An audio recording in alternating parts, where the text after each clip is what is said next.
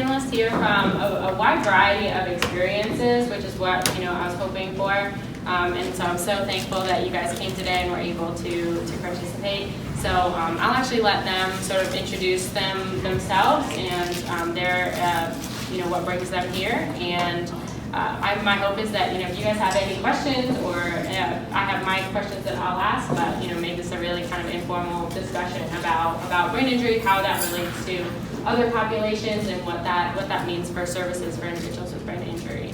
Let's start me out. Hi everyone, I'm Heather Griffin-Dulcinea. I'm a licensed clinical social worker and clinical addiction specialist, and I served as the clinical director for Freedom House Recovery Center for 12 years, and now I'm their regional operations director. And Freedom House is charged with overseeing mental health and substance abuse services for adults, children, and families in the Orange, Person, Chatham, and Warren County areas.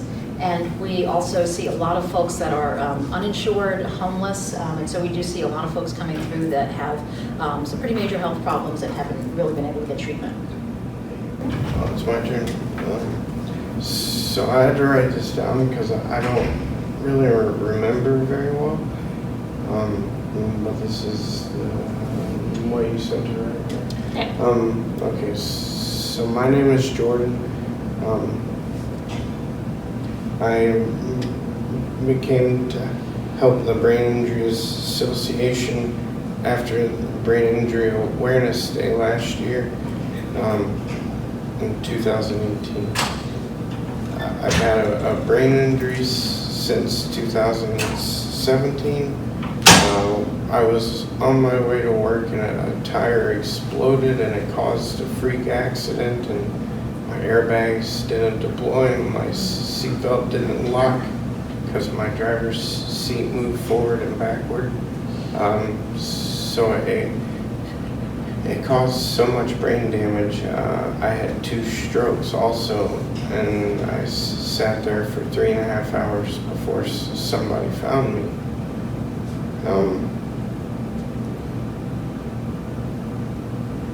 And since I've woken up from my coma, I've had this really deep desire to try to help other people that have gone through unfortunate circumstances. Because from what I found out, it's really, really hard. It's life-changing. Not just for the person going through it, but everybody around them also. And it takes a really special person to help somebody with a brain injury. But that's why I'm here today, so I can try to give any helpful information that I can. And thank you all for letting me come. Thank you. So I'm Carrie White, and I'm I was an Army veteran, an old Army major, 10 years, paratrooper, and chaos. I mean, my last assignment was the Special Ops Command down at Fort Bragg. I was pregnant with my 3rd, and I just didn't feel it was a good time they were doing the incentive drawdown, not the strategic drawdown, but an incentive drawdown under President Clinton. So in the mid-90s, I took a package, and my husband and I loved the chaos, and so we had a lot of, I was pregnant with my 3rd, but now we have 9. We have 9 children. They're all, we still have 4 at home. 5 have left the nest. 1 is back. And that's my oldest daughter. We were ROTC, my husband and I, and we met in the military. He got out ahead of me, 4 years in, and got out. But the ROTC strain is kind of, they call it the warrior syndrome a lot of times, because the individuals that serve in the military, it's less than 1% of the population. And so the idea of the other folks that are out in greater society, the empathy level, the worry is that as it moves through generation upon generation of families, it doesn't seem to trickle wider. And my children are examples of that. I think it's about 6 of our 12 of us it's 8 of 12 of us have served or are serving currently in my family, my immediate family. and my father was World War II vet. So my oldest daughter is what brought me to my role that I'm currently in as a volunteer, but it was 4.5 years ago, and we received that phone call in the middle of the night. I always say nothing good happens after midnight. And we were on the plane. She was forward stationed. She was in Italy with the 173rd Airborne. She'd done a combat tour in Afghanistan, had survived, was awarded a combat award for successfully surviving a lot of action on her fob. And but she was rear-ended on the highway in Italy. She was in a coma, and when we got there, we weren't prepared for it, but we were suddenly thrust in that role of caregiving. And I like to say this, I see caregiving as you volunteer to serve, but as a caregiver, you're drafted. And my daughter was so severely wounded, she was in a coma for over a year. And of course, the longer you're in a coma, the doctors tell you, the less likely your outcome is in full recovery or any major recovery. She has defied a lot of odds, and we have her home with us, and that's the best part of this. It is a 24/7 responsibility. She's still on a feeding tube. She's had setbacks, but I see it as progress. I call it TBI progress.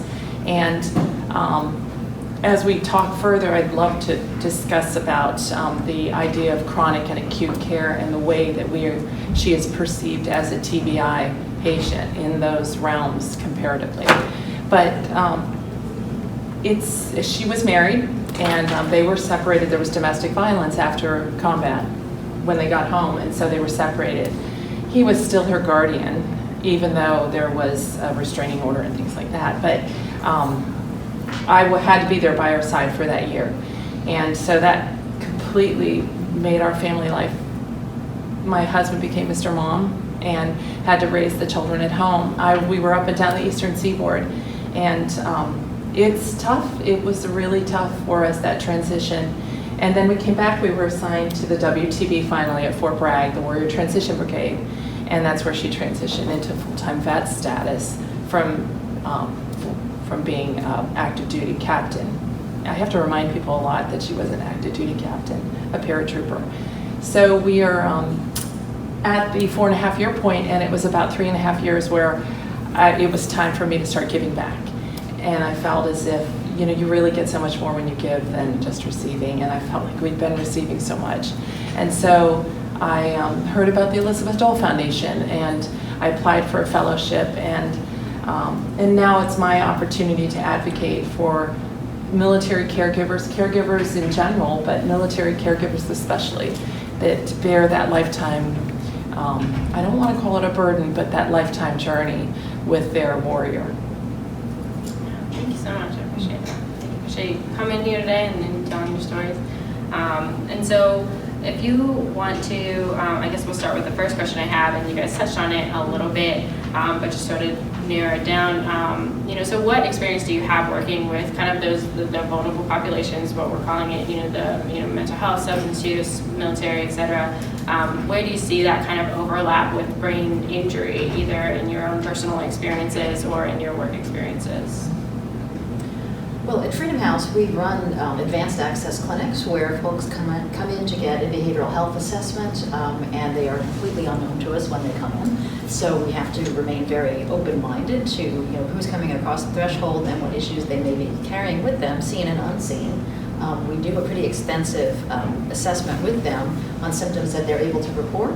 But we do have a lot of folks that are at high risk for brain injury. We do work with veterans. We work with a lot of folks with substance use disorder, which they may be having problems with their brain because of the substance use itself. And we also see a lot of folks who have falls because of substance use. They pass out, they hit their head, they might not even be aware that they've hit their head. So we do extensive screening with them. We're using the Ohio State University TBI scale to get some more information on what are the possibilities that this person may have a TBI. And we try to encourage our staff to remain open-minded that the symptoms they're seeing may be behavioral health, they may be related to substance use, and they may also be medical and possibly cause bad TBI. So we encourage curiosity and patience in the assessment, because sometimes we don't know and won't know right away what we're seeing. Any other thoughts on, because I think that's so key, is that open-mindedness, and I think that's where, I'm looking forward to, TBI, brain injury, being part of the discussion when it comes to, mental health, substance use, which I think it is now with, legislation, Medicaid, and the TBI waiver. And so I think that's what I would like to see kind of facilitated in a lot of services, is just sort of, wait, but is this a TBI, or could this be a brain injury? That curiosity, I think, is really, really key. Absolutely, and that's why the upfront screening is important, because we often will assume if you work in behavioral health and someone's coming to you, right, you assume they're coming to you because the issue is behavioral health, right? But if you don't do the screening, you might be missing the idea that this is actually medical, this is a TBI that's presenting itself. And like I said, it's an individual injury, so sometimes the client themselves doesn't know that they're at high risk, or something may have happened to them that may have caused the TBI that's causing these behaviors. So it's really important to maintain that curiosity, and then also the communication between providers of other disciplines, to make sure that we're asking the right questions, making referrals to folks who can assess for TBI and who can help us to create a treatment plan that will speak to the unique issues that someone might have depending on what kind of brain injury they have versus what we would traditionally do for somebody with a clinical mental health diagnosis. Jordan, do you want to speak to your experience with kind of belonging to, or maybe even with your peers that belonging to these kind of populations? I can say what I went through firsthand with these issues. For the mental health, for my accident, I was diagnosed with severe PTSD 3 times because I had a horrible childhood.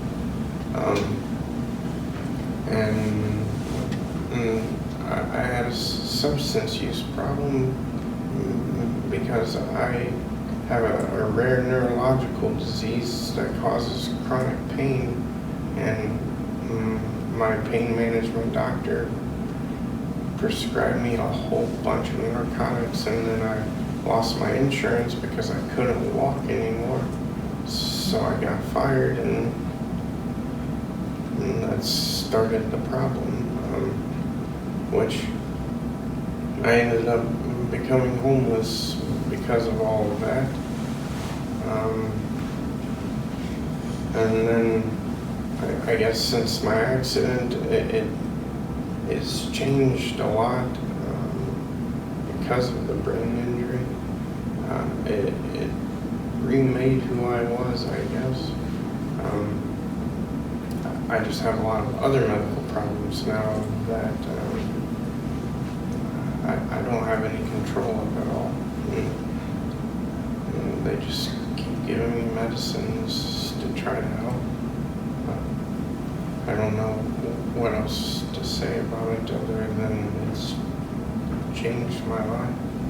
Yeah, it sounds like it was very much kind of like a snowball effect related to, the difficulty with the pain, and then, substance use, and then homelessness. It was almost, kind of piling on each other. I couldn't stop it. And I was also having my first kid, and I was working 3 or 4 jobs, and I couldn't keep a job because they would fire me for my leg issues I was having, but would never say it was for my leg issues. I still have the issues now, which is why I walk, one of the reasons I walk with a cane. But sorry, I forgot where I was trying to say.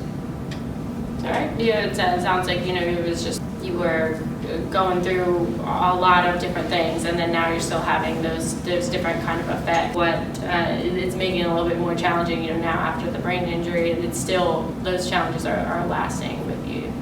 And the only good thing that my wife and I like to talk about is I don't have my addiction problems I had before my accident. That was the one good thing that came from getting a brain injury. Yeah.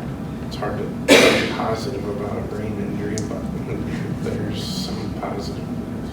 Yeah, and I hear that a lot from people, that there are significant changes that happen, either, internally or, in their whole life, that there is the positive there too.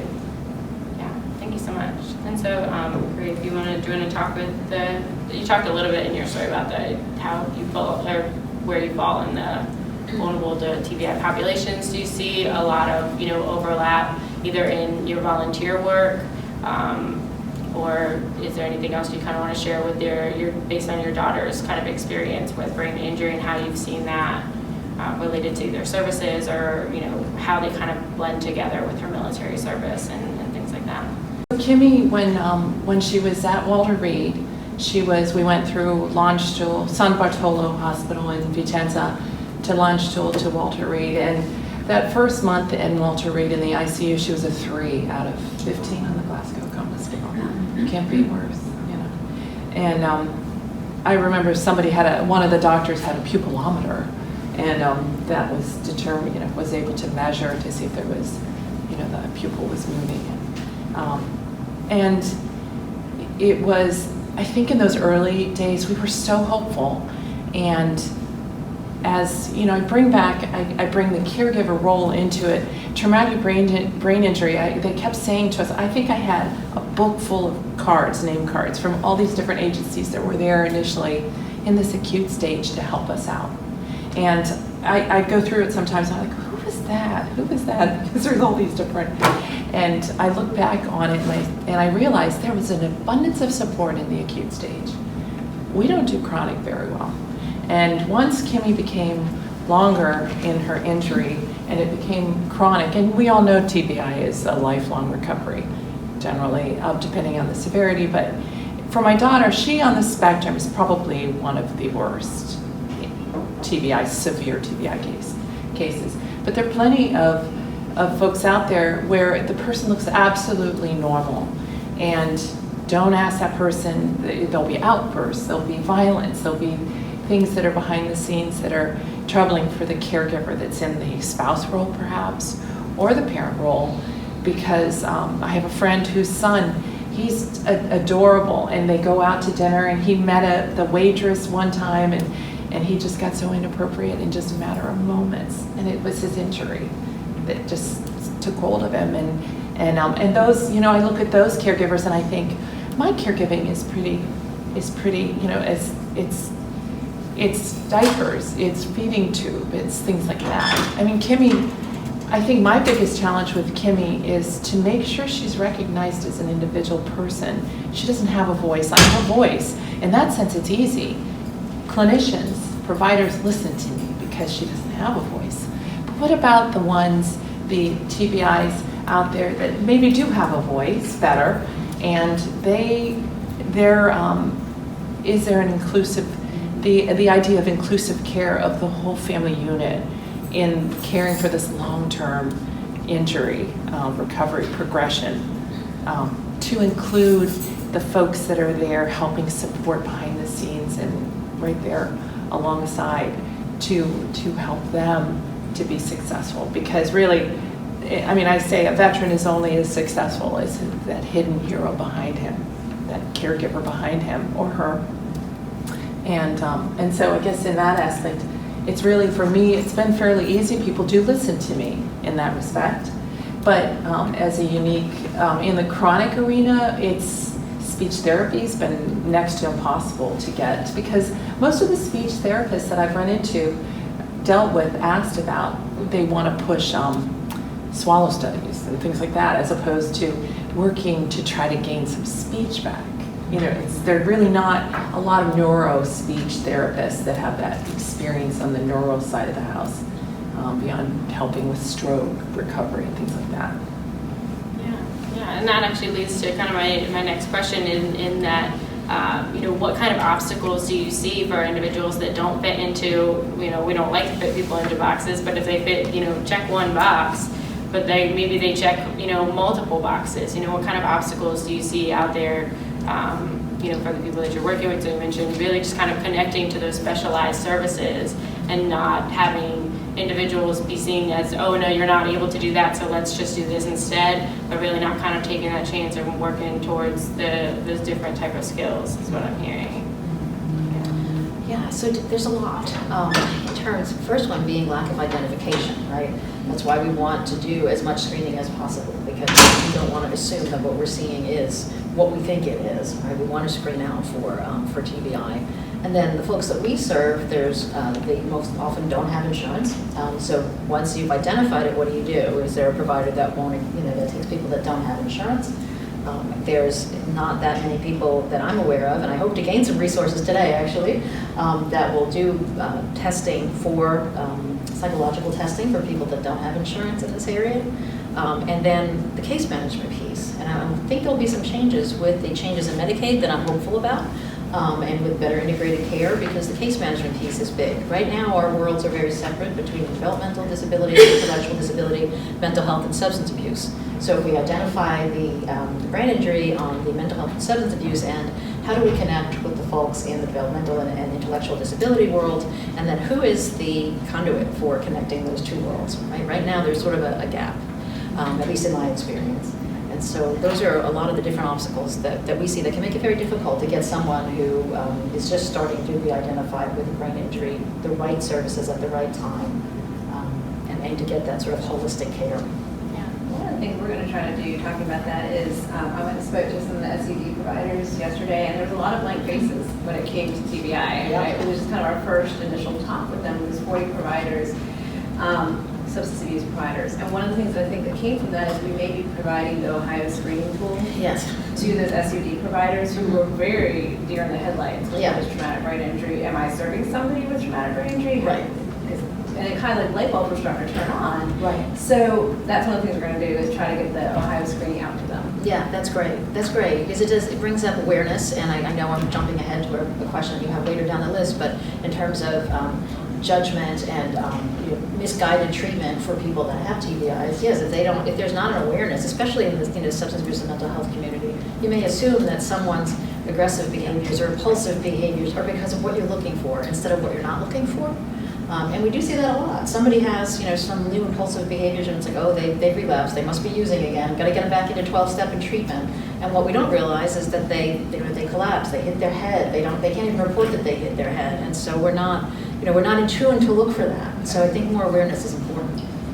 And I think as well as awareness, this Medicaid waiver is TBI, traumatic brain injury. But when we're looking at substances and how brain injuries can be also, acquired non-traumatically through substance overdose, and so that's something that we're looking at a lot with the opioid epidemic, and those individuals that thankfully survive. But we're not. We need to make sure that we're having that awareness for not just traumatic brain injury, but that non-traumatic brain injury as well, particularly related to that substance misuse. Yes, absolutely. And then some training for the population or for the staff on populations that are high risk, right? Certainly the people that have substance use disorder, but our homeless clients, our clients that are victims of domestic violence. We don't often think about how is being hit regularly affecting your cognitions. If you're homeless, are you at higher risk for being injured, being assaulted on the street, and how is that being considered in creating their treatment plan? Yeah, I think awareness is definitely key, and that's hopefully to bridge reduce those obstacles or those barriers, because I think that is the first step, so they're able to do screening and be able to look for everything that you're seeing. Yes. Jordan, have you experienced any barriers to receiving services or any of those challenges? I can tell you that I was making close to $100,000 a year when I had my accident, supporting my family. My wife and I have 4 children. And since my accident, I couldn't work anymore. There's no way I could do this same job. And my wife, she is very intelligent. She doesn't have a college degree yet, so there's not very many jobs for her to make close to what I was making. So filing for disability. I just now got approved for it, and it's been almost 2 years. And this whole time, we really needed help getting our own house because we had to stay with my parents because I didn't have the income, and her income wasn't enough to take care of all of us. And we weren't offered any other assistances. So I would say people that suffer a brain injury that have a family, I don't want to say they need more assistance than somebody without a family, but they definitely need a lot more help with housing situation to maintain a house, because their life stops, but their kids and their wives' life doesn't stop. And as everyone knows, you can't just stop paying your bills. They will shut all your stuff off and kick you out on the street.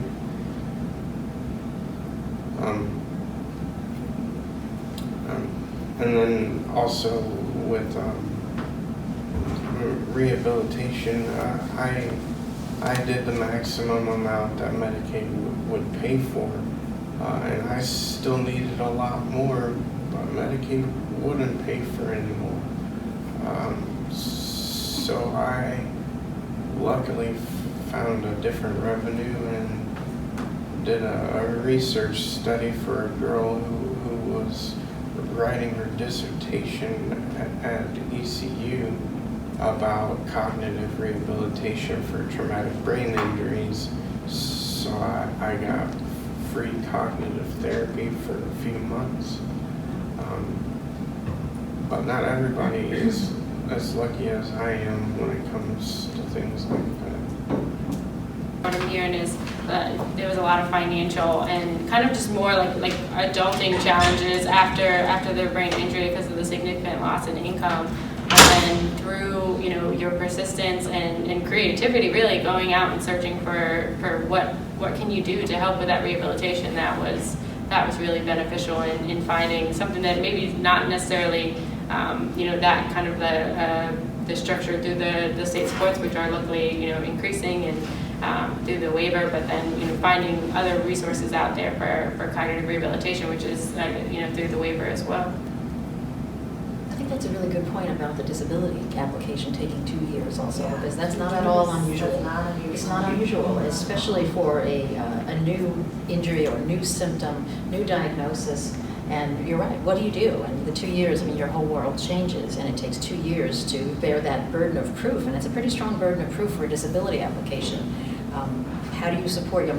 Thankfully, you had resources, but it took 2 years. So what about people with fewer resources that have to get through that process, right? That's something that needs to be addressed in our system.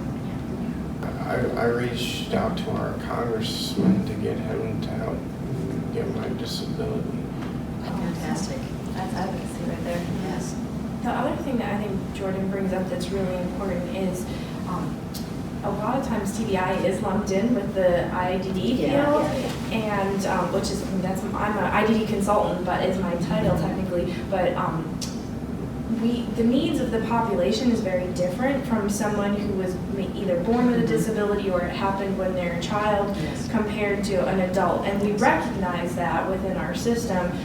But we're also trying to get all the services to think about that, whether it's the SUD population and mental health and things, and just really thinking about TBI as a unique, diverse population. Yeah. But going back many years, it's always kind of been lumped together. So we're really working to kind of break down some of that.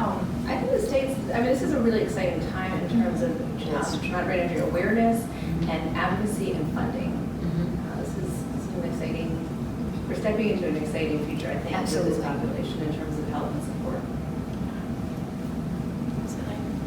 And do you have any final thoughts on kind of like the obstacles that you might have experienced? You mentioned before the rehab services and really kind of getting that specialized. Do you have any other?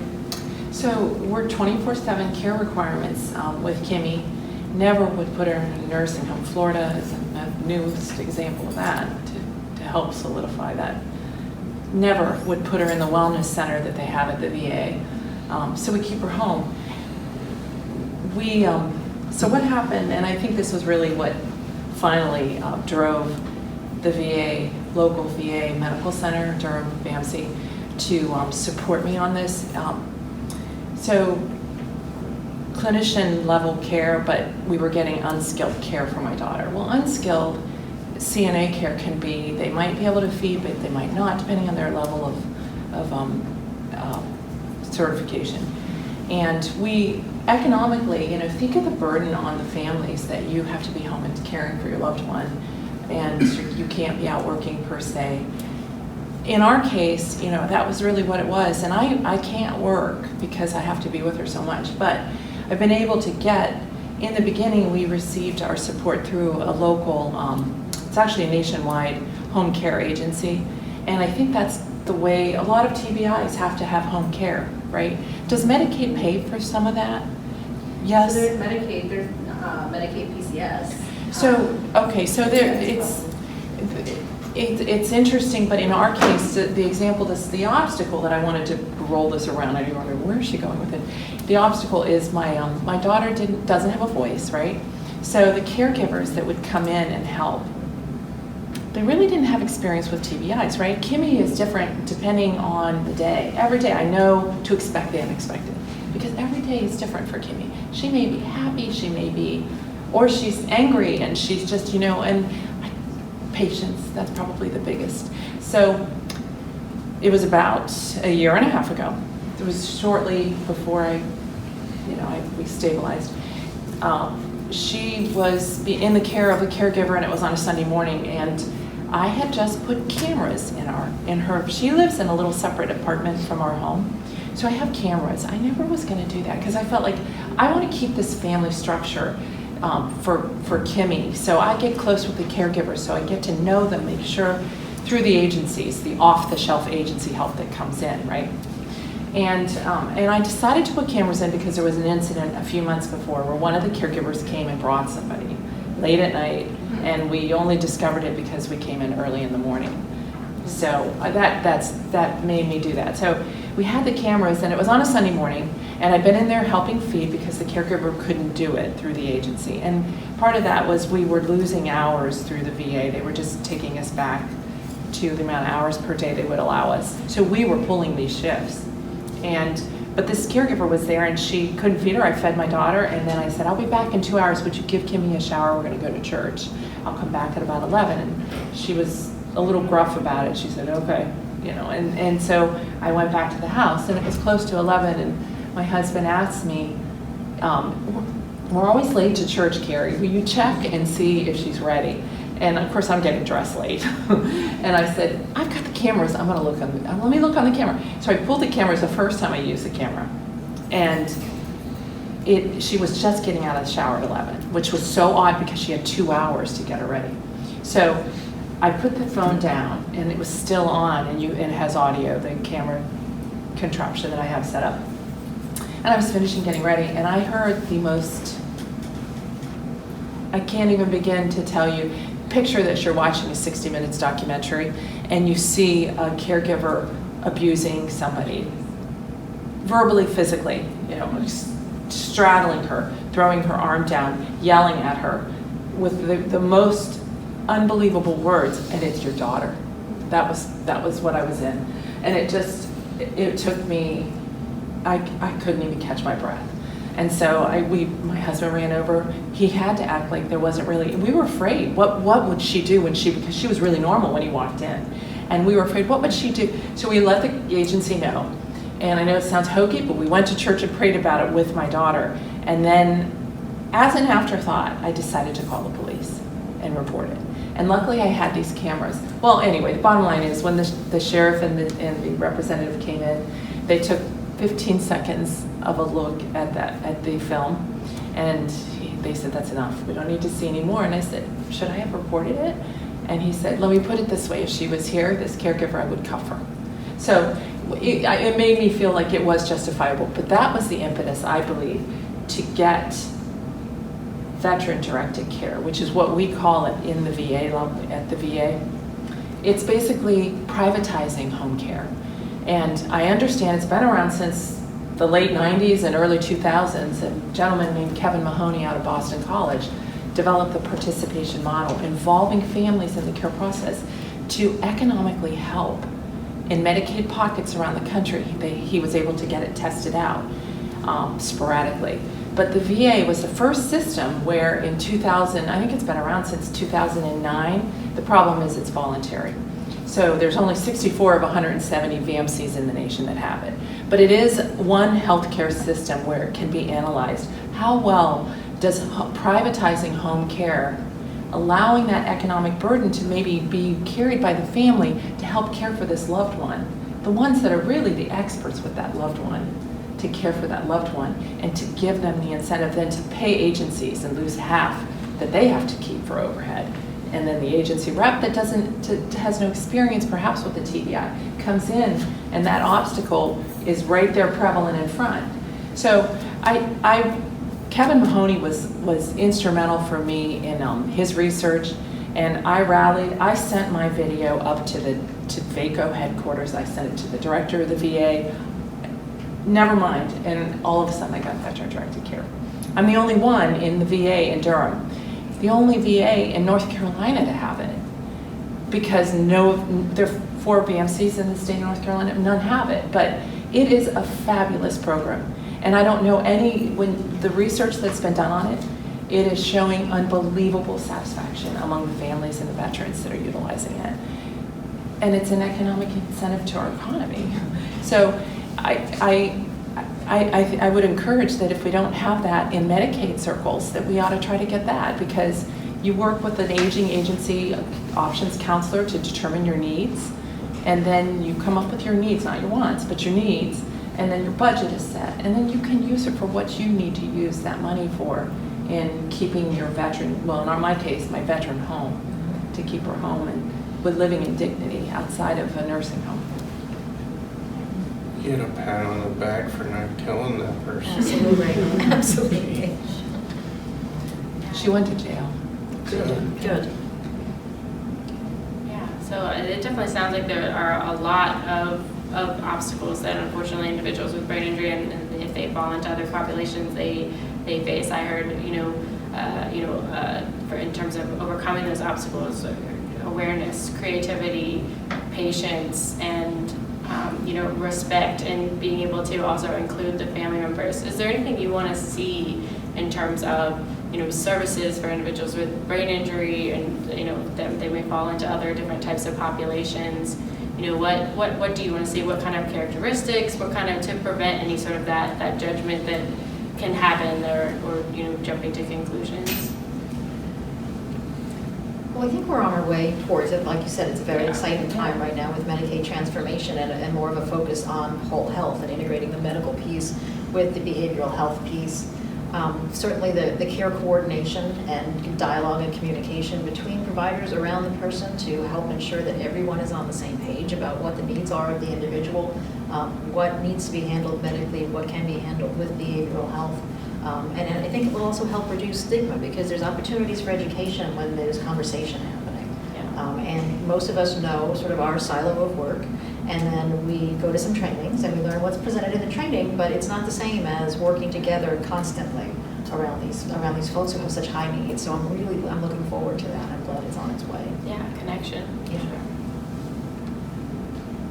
Jordan, do you have any the kind of thoughts or strategies, or what you want to see when you're working with individuals, or just services for individuals living with brain injury in general? Kind of the goal, what you would hope these providers to strive for.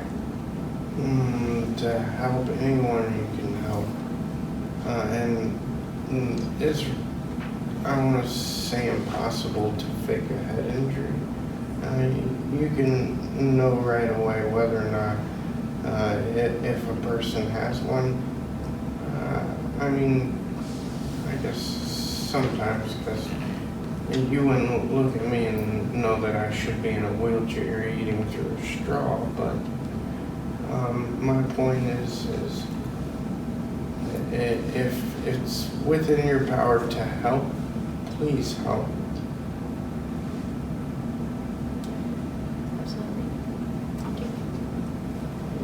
Any thoughts on how you would want services kind of structured, or kind of the goal for providers that you're working with your daughter, or as a professional working with caregivers? Or I think the idea of providers seeing that traumatic brain injury patient as part of a bigger, including, I come back to the caregiver, that support structure needs to be inclusive with the provider, and understanding that that provider might provide an hour of insight or care in some fashion out of a 24-hour period, but the other 23 are the caregiver.